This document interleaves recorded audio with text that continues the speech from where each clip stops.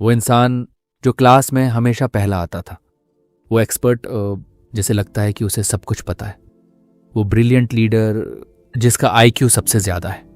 हम इन लोगों को देखते हैं और सोचते हैं ये कभी गलती नहीं कर सकते।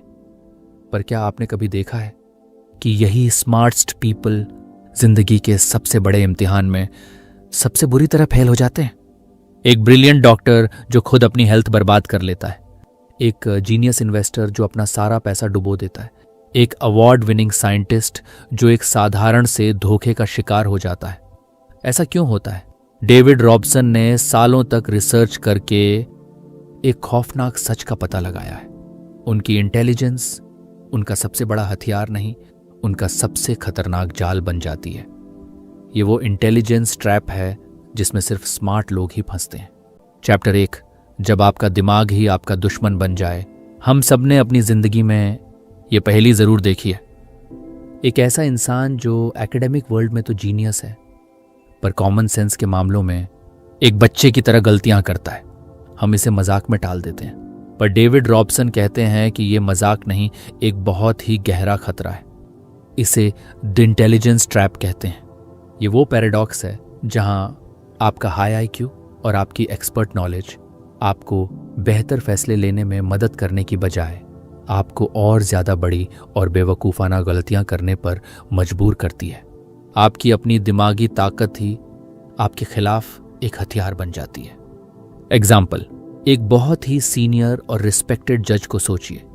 उन्हें कानून का गहरा ज्ञान है, पर इसी ज्ञान की वजह से वो इतने ओवर कॉन्फिडेंट हो जाते हैं कि वो डीएनए सबूत जैसे नए वैज्ञानिक सबूतों को समझने या स्वीकार करने से ही इनकार कर देते हैं। उनकी विशेषज्ञता उन्हें सच देखने से अंधा कर रही है। वो अपनी बुद्धिमानी के जाल में फंसे हुए हैं। ये किताब इस बारे में नहीं है कि इंटेलिजेंट होना बुरा है, ये इस बारे में है कि इंटेलिजेंस काफी नहीं है। आईक्यू आपको रैशनल तर्क संगत होने की गारंटी नहीं देता, और ज्यादातर समय हमारा ब्रिलियंट दिमाग हमें सच ढूंढने में नहीं, बल्कि जो हम पहले से मानते हैं उसे सही साबित करने में अपनी सारी एनर्जी लगा देता है।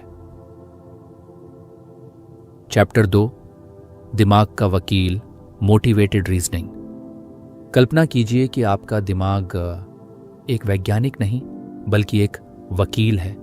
एक वैज्ञानिक सबूतों को देखकर एक नतीजे पर पहुंचता है, पर एक वकील पहले ही अपना नतीजा तय कर लेता है, मेरा क्लाइंट बेगुनाह है, और फिर सिर्फ वही सबूत ढूंढता और पेश करता है जो उसके नतीजे को सपोर्ट करें।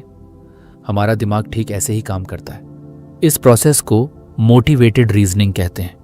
हम सोचते हैं कि हम तर्क कर रहे हैं, पर असल में हम सिर्फ जस्टिफाई कर रहे होते हैं, और स्मार्ट लोग इस काम में बहुत माहिर होते हैं।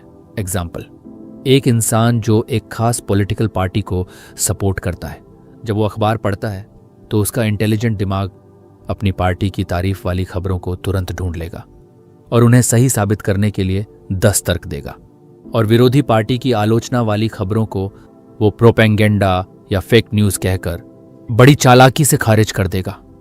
वो अपनी इंटेलिजेंस का इस्तेमाल सच जानने के लिए नहीं, अपनी बिलीफ को बचाने के लिए कर रहा है। द इंटेलिजेंस ट्रैप यहीं पर है। एक कम इंटेलिजेंट इंसान के पास अपनी गलत धारणा को डिफेंड करने के लिए शायद 2 से 3 कमजोर तर्क होंगे, पर एक हाईली इंटेलिजेंट इंसान उसी गलत धारणा को डिफेंड करने के लिए 20 मजबूत और कन्विंसिंग तर्क बना सकता है। उसकी इंटेलिजेंस उसे सच के करीब नहीं, उससे और दूर ले जाती है। चैप्टर 3, डिसरेशनेलिया, आईक्यू और समझदारी का फर्क। कई दशकों तक हम आईक्यू, इंटेलिजेंस क्वोटिएंट को इंसानी दिमाग की सबसे बड़ी ताकत मानते आए हैं, पर अब हमें पता चल रहा है कि हाई आईक्यू आपको एक अच्छी जिंदगी या अच्छे फैसलों की गारंटी नहीं देता। बहुत से हाई आईक्यू वाले लोग अपनी जिंदगी में बहुत ही इरैशनली फैसले लेते हैं। इस फिनोमेन को साइकोलॉजिस्ट कीथ स्टैनोविच ने डिसरेशनेलिया का नाम दिया। ये वो हालत है जब एक इंसान का आईक्यू तो बहुत हाई होता है, पर उसकी रैशनल थिंकिंग, समझदारी से सोचने की क्षमता बहुत कम होती है। वो मुश्किल मैथ प्रॉब्लम्स तो सॉल्व कर सकता है, पर अपनी डेली लाइफ के सिंपल बायसेस को नहीं देख पाता। एग्जाम्पल, एक यूनिवर्सिटी प्रोफेसर जिसका IQ 150 है, पर वो एक सिंपल से ऑनलाइन स्कैम का शिकार हो जाता है और अपने सारे पैसे गंवा देता है। क्यों? क्योंकि IQ टेस्ट आपकी एब्स्ट्रैक्ट प्रॉब्लम सॉल्विंग एबिलिटी को नापता है, वो आपकी क्रिटिकल थिंकिंग या कॉमन सेंस को नहीं नापता। वो ये नहीं नापता कि आप असल दुनिया की इंफॉर्मेशन को कैसे प्रोसेस करते हैं।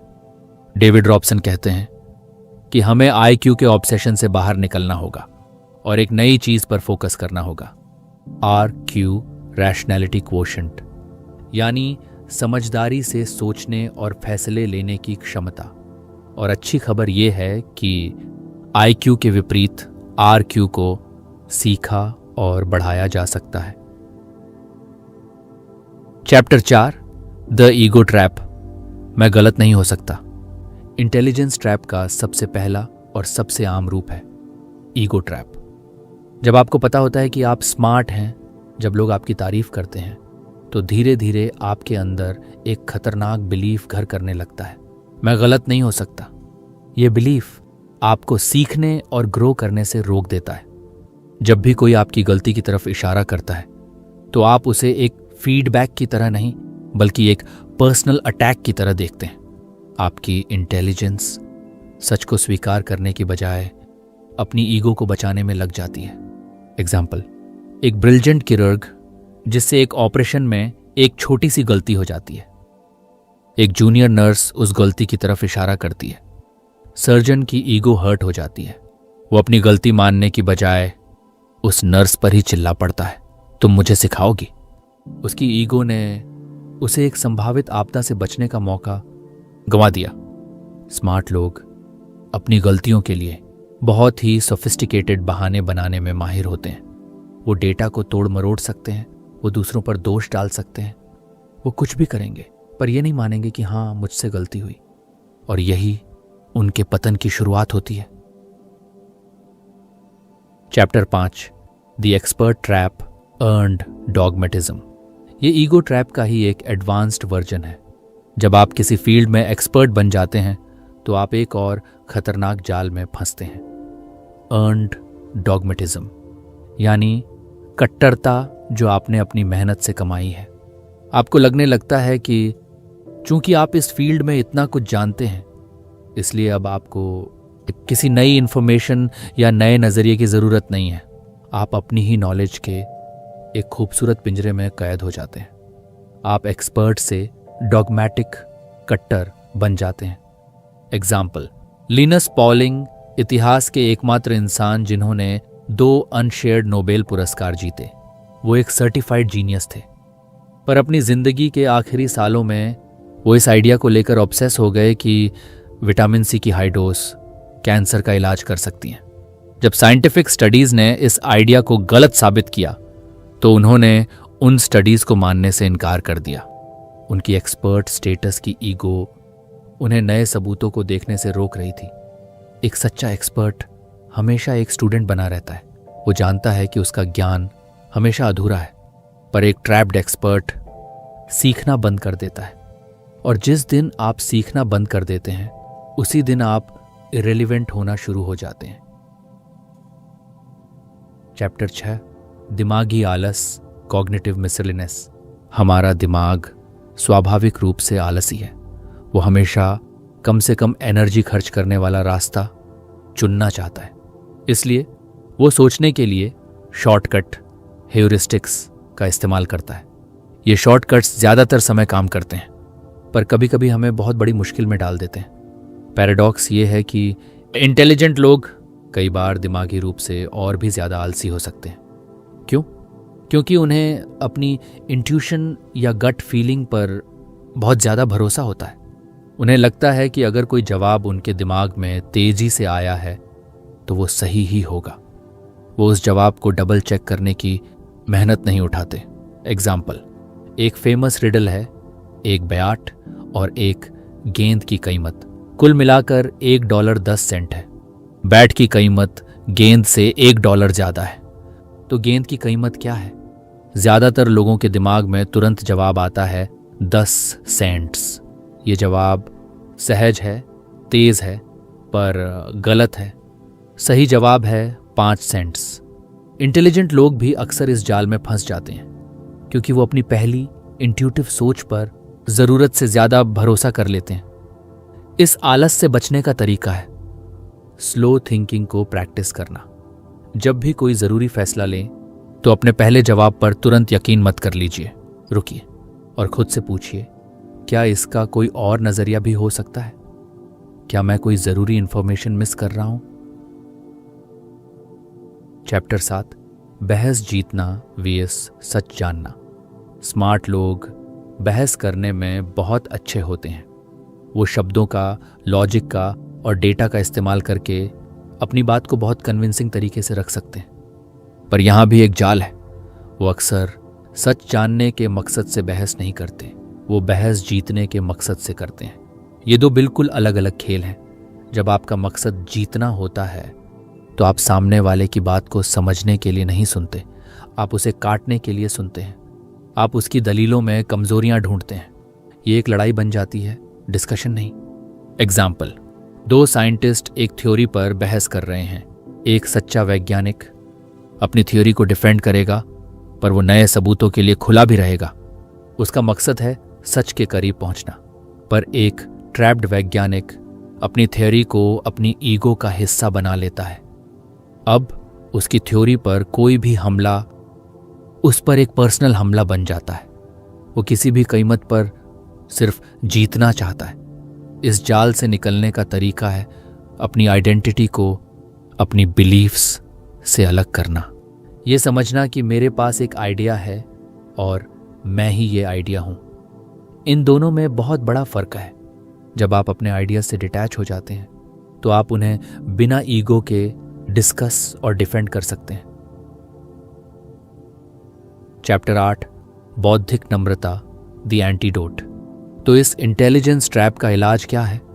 अगर और ज्यादा इंटेलिजेंस इसका जवाब नहीं है तो फिर क्या है? डेविड रॉबसन कहते हैं कि इसका एंटीडोट, इलाज है बौद्धिक नम्रता। बौद्धिक नम्रता का मतलब अपनी इंटेलिजेंस पर शक करना नहीं है। इसका मतलब है अपने ज्ञान की सीमाओं को पहचानना। ये मानना कि मैं बहुत कुछ जानता हूं, पर उससे कहीं ज्यादा है जो मैं नहीं जानता। ये मैं गलत हो सकता हूं कहने की हिम्मत रखना है। एग्जाम्पल, सोक्रेट्स, जिन्हें दुनिया का सबसे बुद्धिमान इंसान माना जाता था, उनका प्रसिद्ध कथन था, I know only one thing, that I know nothing. मैं सिर्फ एक ही बात जानता हूं कि मैं कुछ नहीं जानता। उनकी बुद्धिमानी उनके ज्ञान में नहीं बल्कि अपने अज्ञान के एहसास में थी। ये अल्टीमेट इंटेलेक्चुअल ह्यूमिलिटी है। बौद्धिक नम्रता आपको हमेशा एक स्टूडेंट बनाए रखती है। ये आपको क्यूरियस बनाती है। ये आपको दूसरों को सुनने के लिए प्रेरित करती है। ये आपको आपकी ईगो की जेल से बाहर निकालकर विचारों की खुली दुनिया में ले आती है। ये इंटेलिजेंस को एक जाल से एक टूल में बदल देती है। चैप्टर 9, दिमाग को खुला कैसे रखें। बौद्धिक नम्रता तो ठीक है, पर इसे प्रैक्टिस कैसे करें? इसके लिए आपको एक्टिवली ओपन माइंडेड थिंकिंग की आदत डालनी होगी। ये सिर्फ ओपन माइंडेड होने से ज्यादा है। ये सक्रिय रूप से उन सबूतों और विचारों को खोजने की प्रैक्टिस है जो आपकी अपनी मान्यताओं को चैलेंज करते हो या गलत साबित करते हो। ये अपने दिमाग के वकील को फायर करके एक जासूस को हायर करने जैसा है। जासूस का काम सिर्फ सच को खोजना है, भले ही वो सच कितना भी अनकंफर्टेबल क्यों ना हो। एग्जाम्पल, एक इन्वेस्टर जो एक कंपनी के स्टॉक खरीदने की सोच रहा है, मोटिवेटेड रीजनिंग क्या करेगी? वो सिर्फ उन आर्टिकल्स और रिपोर्ट्स को पढ़ेगा जो उस कंपनी की तारीफ करते हो। एक्टिवली ओपन माइंडेड थिंकिंग क्या करेगी? वो जानबूझकर उन आर्टिकल्स को सबसे पहले पढ़ेगा जो उस कंपनी की आलोचना करते हो। वो खुद अपनी बेस्ट केस थ्योरी को तोड़ने की पूरी कोशिश करेगा। अगर वो थ्योरी उस हमले को झेल जाती है तभी वो मजबूत है। ये मुश्किल है, ये हमारी नेचुरल टेंडेंसी के खिलाफ है, पर यही समझदारी भरे फैसले लेने का एकमात्र रास्ता है। आपको खुद का डेविल्स एडवोकेट बनना सीखना होगा। चैप्टर 10, दूसरों के जूते में कदम रखना। द इंटेलिजेंस ट्रैप का एक और बड़ा कारण है पर्सपेक्टिव टेकिंग की कमी। ये समझना कि दूसरे लोग दुनिया को कैसे देखते हैं, उनकी भावनाएं क्या हैं और उनके इरादे क्या हैं। स्मार्ट लोग अक्सर इस मेंटल स्किल में कमजोर होते हैं। वो लॉजिक की दुनिया में इतने खो जाते हैं कि वो लोगों की दुनिया को भूल जाते हैं। पर्सपेक्टिव टेकिंग सिर्फ सहानुभूति नहीं है, एम्पैथी है, किसी के दर्द को महसूस करना। पर्सपेक्टिव टेकिंग है ये समझना कि वो इंसान उस तरह से क्यों सोच या महसूस कर रहा है। ये एक कॉग्निटिव स्किल है, इमोशनल नहीं। एग्जाम्पल, आप एक निगोशिएशन में हैं, आप सिर्फ अपनी जीत के बारे में सोच रहे हैं। रुकिए और 5 मिनट के लिए सच में ये सोचने की कोशिश कीजिए, अगर मैं सामने वाला होता तो मैं क्या चाहता, मेरे डर क्या होते, मेरी प्रायोरिटीज क्या होती, कौन सी डील है जिसमें उसे भी लगे कि वो जीता है। जब आप उसके जूते में कदम रखते हैं तो आपको विन विन सॉल्यूशन का रास्ता साफ दिखने लगता है। ये स्किल लीडरशिप, टीम वर्क और रिश्तों के लिए बहुत जरूरी है। ये आपको माय वे या हाईवे वाली सोच से निकालकर आवर वे वाली सोच में ले आती है। Chapter 11, the outside view. जब हम कोई फैसला लेते हैं तो हम अक्सर इनसाइड व्यू से लेते हैं। हम अपनी सिचुएशन की यूनिक डिटेल्स पर फोकस करते हैं। मेरा प्रोजेक्ट अलग है, मेरी कंपनी अलग है। ये सोच हमें ओवर कॉन्फिडेंट और अनरियलिस्टिक बनाती है। द इंटेलिजेंस ट्रैप हमें आउटसाइड व्यू लेने से रोकता है। आउटसाइड व्यू का मतलब है अपनी सिचुएशन को भूल जाना और खुद से पूछना, जब दूसरे लोग इसी तरह की सिचुएशन में थे तो नतीजा क्या हुआ था। ये डेटा और स्टैटिस्टिक्स की दुनिया है, पर्सनल फीलिंग्स की नहीं। एग्जाम्पल, एक इंसान एक नया रेस्तरां खोल रहा है। वो बहुत पैशनेट है और उसे यकीन है कि वो सफल होगा, इनसाइड व्यू। पर अगर वो आउटसाइड व्यू ले तो स्टैटिस्टिक्स बताते हैं कि 60% नए रेस्टोरेंट्स पहले 3 साल में ही बंद हो जाते हैं। ये डेटा उसे डराने के लिए नहीं है, ये उसे तैयार करने के लिए। ये उसे बताता है कि उसे सिर्फ अच्छे खाने से ज्यादा एक सॉलिड बिजनेस प्लान की जरूरत है। डैनियल कैनेमन, नोबेल पुरस्कार विजेता, कहते हैं कि आउटसाइड व्यू फॉरकास्टिंग, भविष्यवाणी करने का सबसे असरदार तरीका है। यह आपकी पर्सनल बायसेस को समीकरण से हटा देता है। तो अगली बार जब आप कोई बड़ा प्लान बनाएं तो खुद से पूछें, इस तरह के प्रोजेक्ट्स का यूजुअल सक्सेस रेट क्या है। जवाब शायद आपको नम्र बना दे, पर वो आपको एक बड़ी गलती से भी बचा सकता है। चैप्टर 12, संभावनाओं में सोचना। इंटेलिजेंट लोग अक्सर निश्चितता को पसंद करते हैं। उन्हें सही जवाब जानना अच्छा लगता है, पर असल दुनिया ब्लैक एंड वाइट नहीं है, ये ग्रे है, ये संभावनाओं से चलती है। समझदार फैसले लेने के लिए आपको निश्चितता में नहीं, संभावनाओं में सोचना सीखना होगा। इसका मतलब है किसी भी चीज को 0% या 100% सच मानने की बजाय उसे 1% ऑफ कॉन्फिडेंस असाइन करना। मुझे यकीन है कि ये होगा, ये खतरनाक है। मुझे लगता है कि इसके होने की 70% संभावना है। ये समझदारी है। एग्जाम्पल, एक डॉक्टर एक मरीज को देखता है। एक ट्रैप्ड डॉक्टर कह सकता है आपको हार्ट अटैक है। एक वाइज डॉक्टर कहेगा आपके सिम्टम्स को देखते हुए हार्ट अटैक होने की बहुत ज्यादा संभावना है, पर हमें कुछ और टेस्ट करने होंगे। दूसरा डॉक्टर गलत होने की संभावना के लिए दरवाजा खुला छोड़ रहा है। ये उसे ज्यादा सटीक और ज्यादा सुरक्षित बनाता है। संभावनाओं में सोचने से आपकी ईगो फैसले से अलग हो जाती है। अगर आप 70% सुर थे और नतीजा गलत निकला तो आप गलत नहीं थे, सिर्फ संभावना आपके पक्ष में नहीं गई। ये आपको बिना ईगो हर्ट किए अपनी गलतियों से सीखने में मदद करता है।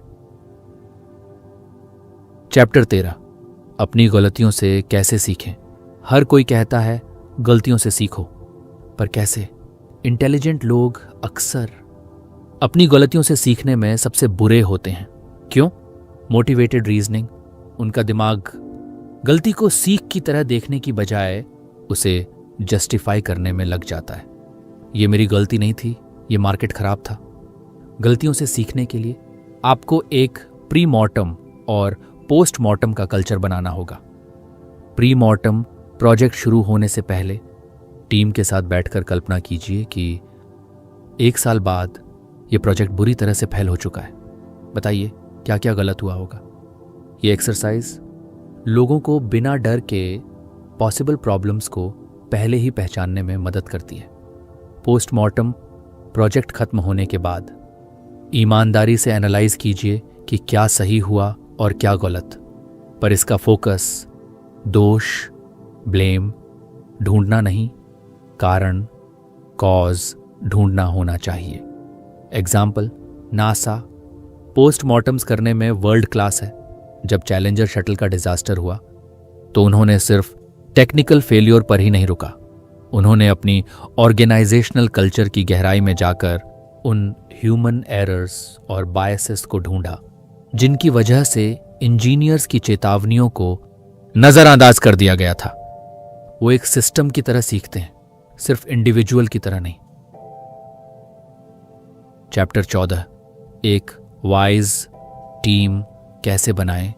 आप अकेले इंटेलिजेंस ट्रैप से नहीं बच सकते। आपको एक सिस्टम की जरूरत है, एक टीम की जरूरत है जो आपको आपके ब्लाइंड स्पॉट दिखाए। पर सिर्फ स्मार्ट लोगों को हायर कर लेना काफी नहीं है। आपको कॉग्निटिव डाइवर्सिटी वाली टीम बनानी होगी।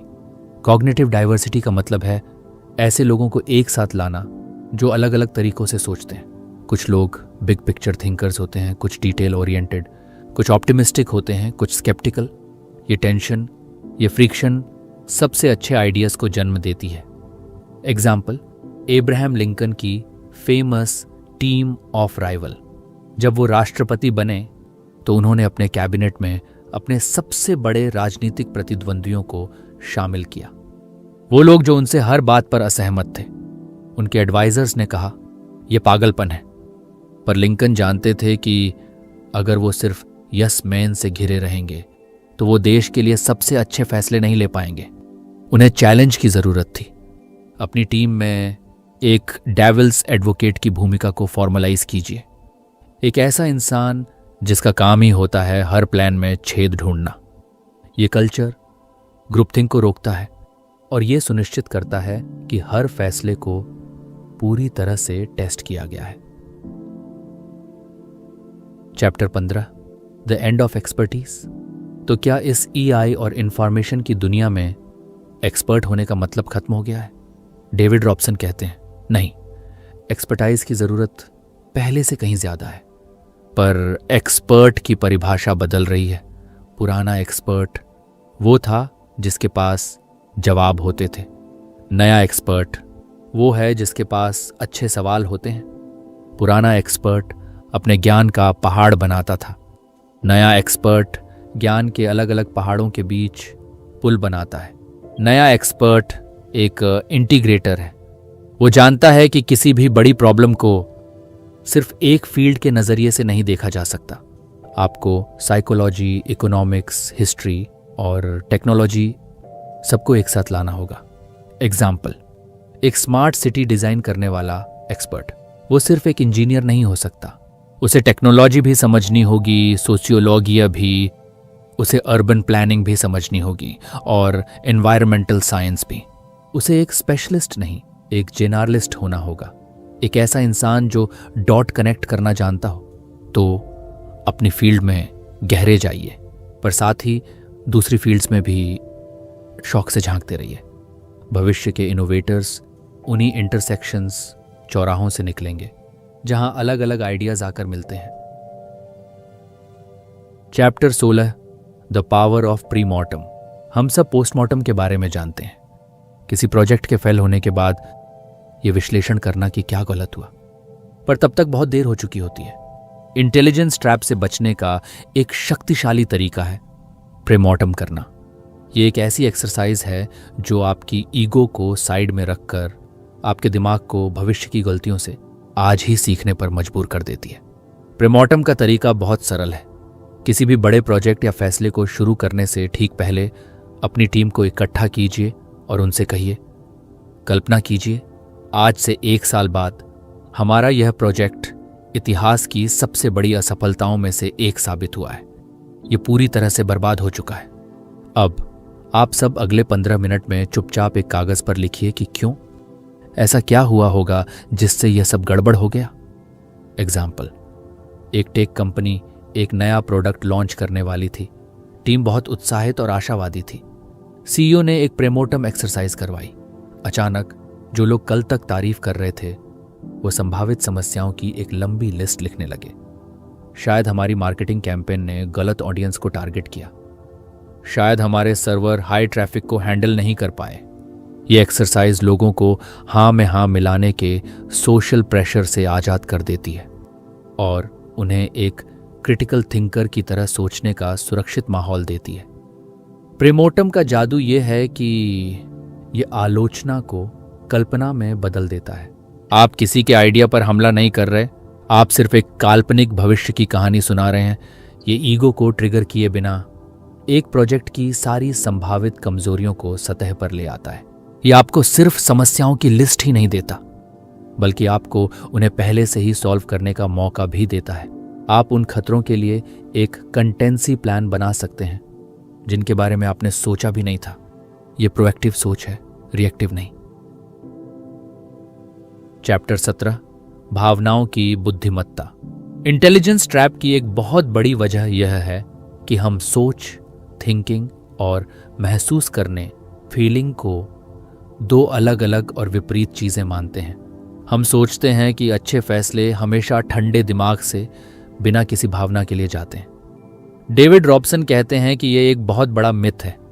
न्यूरोसाइंस अब यह साबित कर रहा है कि भावनाएं तर्क की दुश्मन नहीं बल्कि उसकी गाइड है। आपकी गट फीलिंग कोई जादुई चीज नहीं है।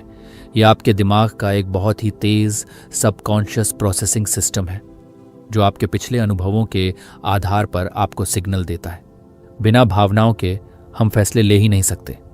एग्जाम्पल, एक प्रसिद्ध न्यूरोलॉजिकल केस है इलियट का।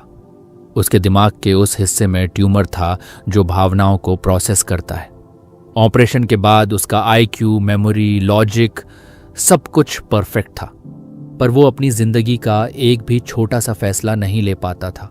वो दो अलग अलग रेस्तरां के बीच चुनने में घंटों लगा देता था। क्यों? क्योंकि उसके पास कोई फीलिंग नहीं थी जो उसे बता सके कि उसे क्या पसंद है। उसके पास डेटा था पर वैल्यूज नहीं थी। इसका मतलब ये नहीं है कि आपको अपनी हर भावना पर एक्ट करना है। इसका मतलब है कि आपको अपनी भावनाओं को सुनना है। वो इन्फॉर्मेशन का एक बेहद ही जरूरी सोर्स है। जब आपको किसी डील को लेकर एक बुरी फीलिंग आती है तो उसे इग्नोर मत कीजिए। रुकिए और अपने लॉजिकल दिमाग से पूछिए, ये फीलिंग मुझे क्या बताने की कोशिश कर रही है। एक बुद्धिमान विचारक अपने दिमाग और अपने दिल दोनों का इस्तेमाल करता है। वो जानता है कि तर्क आपको ऑप्शंस दिखा सकता है, पर आखिरी चुनाव में आपकी भावनाएं ही आपका मार्गदर्शन करती हैं। चैप्टर 18, क्यूरियोसिटी, दिमाग का एंटीवायरस। अगर इंटेलिजेंस ट्रैप एक वायरस है जो आपके दिमाग के सॉफ्टवेयर को करप्ट कर देता है, तो क्यूरियोसिटी, जिज्ञासा, उस वायरस का सबसे अच्छा एंटीवायरस है। क्यूरियोसिटी बौद्धिक नम्रता, इंटेलेक्चुअल ह्यूमिलिटी का एक्शन फॉर्म है। यह मैं सब जानता हूं कि ईगो ट्रैप का सीधा तोड़ है। एक क्यूरियस दिमाग हमेशा खुला रहता है। वो हमेशा सीखने के लिए तैयार रहता है। वो जवाबों से ज्यादा सवालों से प्यार करता है। वो अपनी मान्यताओं को एक आखिरी सच की तरह नहीं बल्कि एक टेम्पोरी हाइपोथेसिस की तरह देखता है जिसे नए सबूतों के साथ अपडेट किया जा सकता है। एग्जाम्पल, लियोनार्डो दा विंसी को देखिए। वो सिर्फ एक महान पेंटर नहीं थे, वो एक एनाटोमिस्ट, इंजीनियर, म्यूजिशियन और साइंटिस्ट भी थे। उन्हें हर चीज में जिज्ञासा थी। इंसान का शरीर कैसे काम करता है, पक्षी कैसे उड़ते हैं, उनकी यही बच्चे जैसी जिज्ञासा उन्हें अलग अलग फील्ड्स के आइडियाज को जोड़ने और अविश्वसनीय इनोवेशन करने में मदद करती थी। वो किसी एक बॉक्स में कैद नहीं थे। अपनी क्यूरियोसिटी को कैसे जिंदा रखें? उन विषयों के बारे में पढ़ना शुरू करें जिनके बारे में आप कुछ नहीं जानते। उन लोगों से बात करें जो आपसे बिल्कुल अलग सोचते हैं। सवाल पूछें जिनके जवाब आपको नहीं पता। मुझे नहीं पता कहना सीखें। क्यूरियोसिटी आपको एक इंटरेस्टिंग इंसान भी बनाती है। लोग उन लोगों की तरफ आकर्षित होते हैं जो दुनिया को एक आश्चर्य की नज़र से देखते हैं। एक क्यूरियस दिमाग कभी बूढ़ा नहीं होता। यह हमेशा जवान, हमेशा ताज़ा और हमेशा सीखने के लिए तैयार रहता है। Chapter 19 the wisdom of crowds. The intelligence trap अक्सर हमें अकेले में पकड़ता है, जब हम अपनी ही सोच के इको चैम्बर में फंस जाते हैं।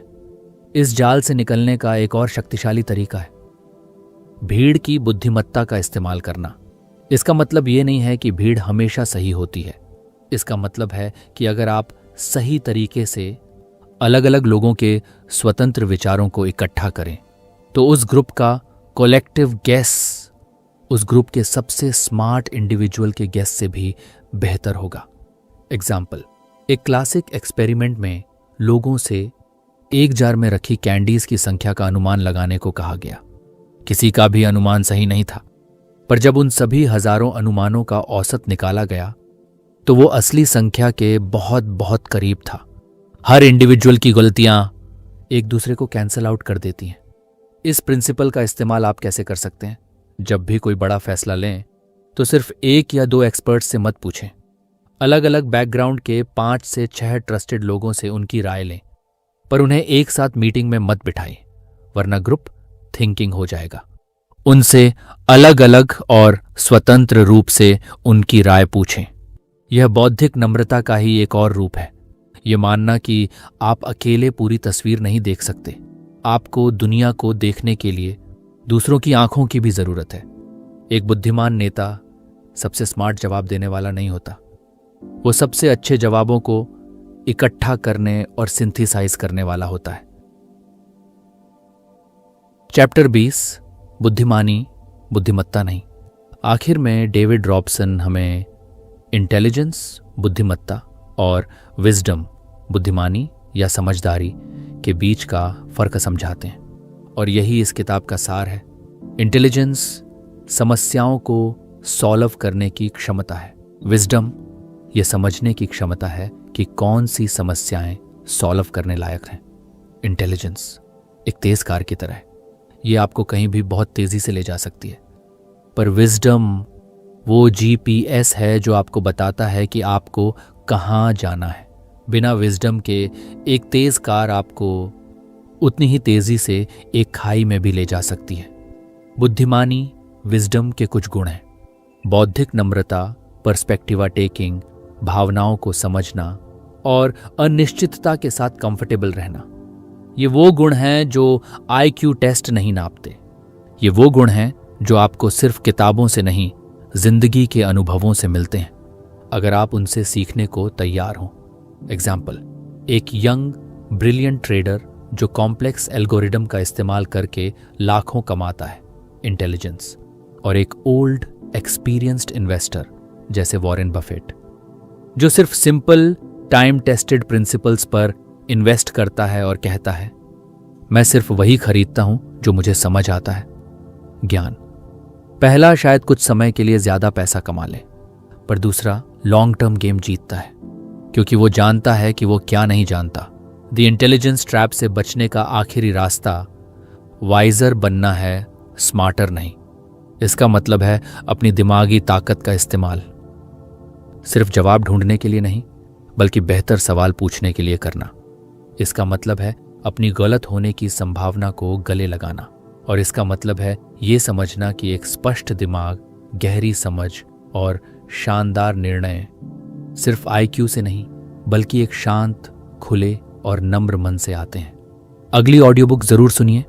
Eight brain at rest I button और एंड स्क्रीन में उपलब्ध है। धन्यवाद कि आपने किताबी मंजिल के इस सफर में साथ दिया।